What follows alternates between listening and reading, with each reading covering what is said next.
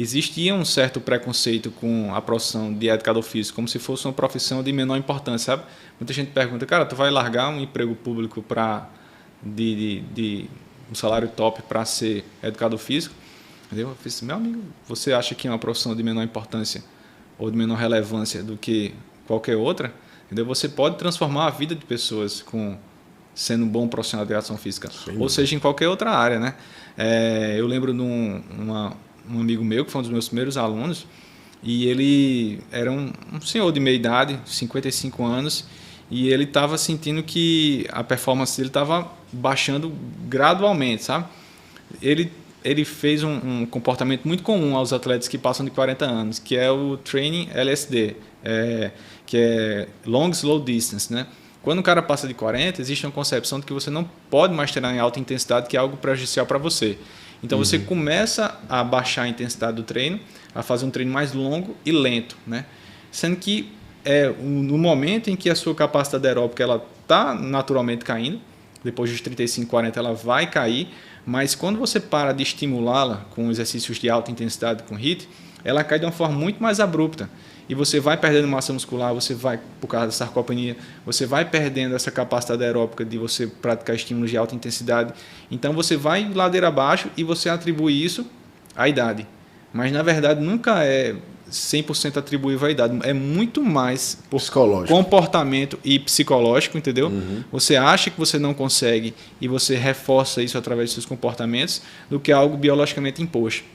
Então, através de software, eu fiz cursos nos Estados Unidos sobre treinamento com potência. Então, através desses softwares, quando você tem análise de frequência cardíaca, análise de potência, você consegue ver o atleta assim de uma forma de dados assim bem completa, sabe? Eu consigo ver a curva de potência dele e ver exatamente os pontos que ele está executando de forma assertiva, de forma errada.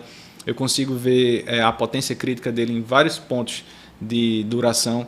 Então, eu consigo analisar se o treinamento dele está sendo eficiente ou não. Então, eu, através dessa pré-análise, eu fiz, meu velho, você não está ficando velho, não. Você está treinando errado. Vamos fazer assim, assim, assado? Tem um cara que passou por aqui que ele não escutou muito essas pessoas, não. Roberto Senna. Ele, sabe quem é? Senna? Senna, o triatleta? 7 vezes Ironman. Ele começou com 70. Exatamente. Ele começou a fazer triatlo com 70 anos. Senna é uma lenda, entendeu? E isso mostra que essa questão da idade, o potencial biológico da gente é imenso, entendeu? A gente tem uma possibilidade de crescimento absurda.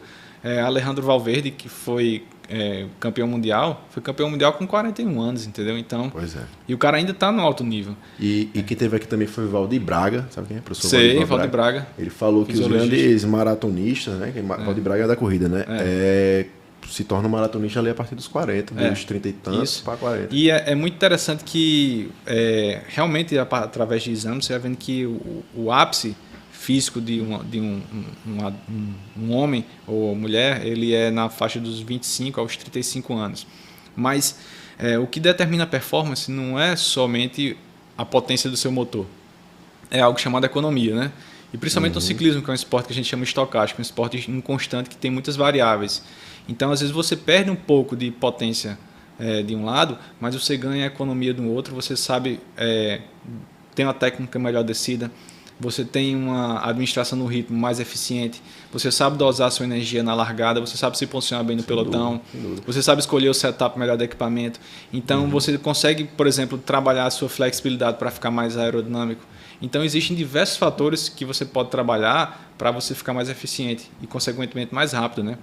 Então, você vai pegando um atleta que muitas vezes acha que a performance estagnou e você tem inúmeros pontos que ele está estagnado e você pode trabalhar.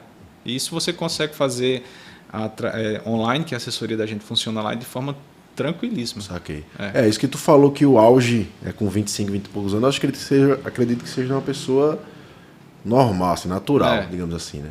Quando ela está no esporte, quanto mais tempo de treino ela tem, melhor ela fica. Né? Então, muitas vezes, 25 anos é insuficiente, né, de tempo para que ela evolua o máximo que ela pode. Né? Então, por isso, com certeza. Me corrija se eu estiver errado, mas eu acho que também isso tem um pouco de lógica, porque o cara que tem 40 anos e ele tem 20 anos de esporte, né, comparado com um cara que tem 25, mas só tem 5 de esporte. Exatamente. Né? Então ele teve muito mais tempo para evoluir e aprimorar a técnica. Né? E outra coisa, existe uma coisa chamada condicionamento central e outra condicionamento periférico.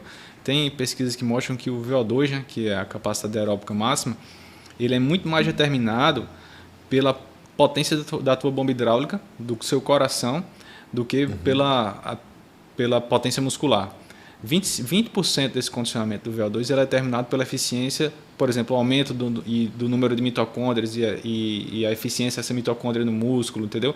O tipo de fibra muscular que você tem predominante numa musculatura, 20% dessa sua potência aeróbica máxima é determinado pelo seu sistema muscular. 80% é determinado pela eficiência do seu sistema cardiovascular. Então, como é que você trabalha para você ficar com o coração mais forte e mais potente?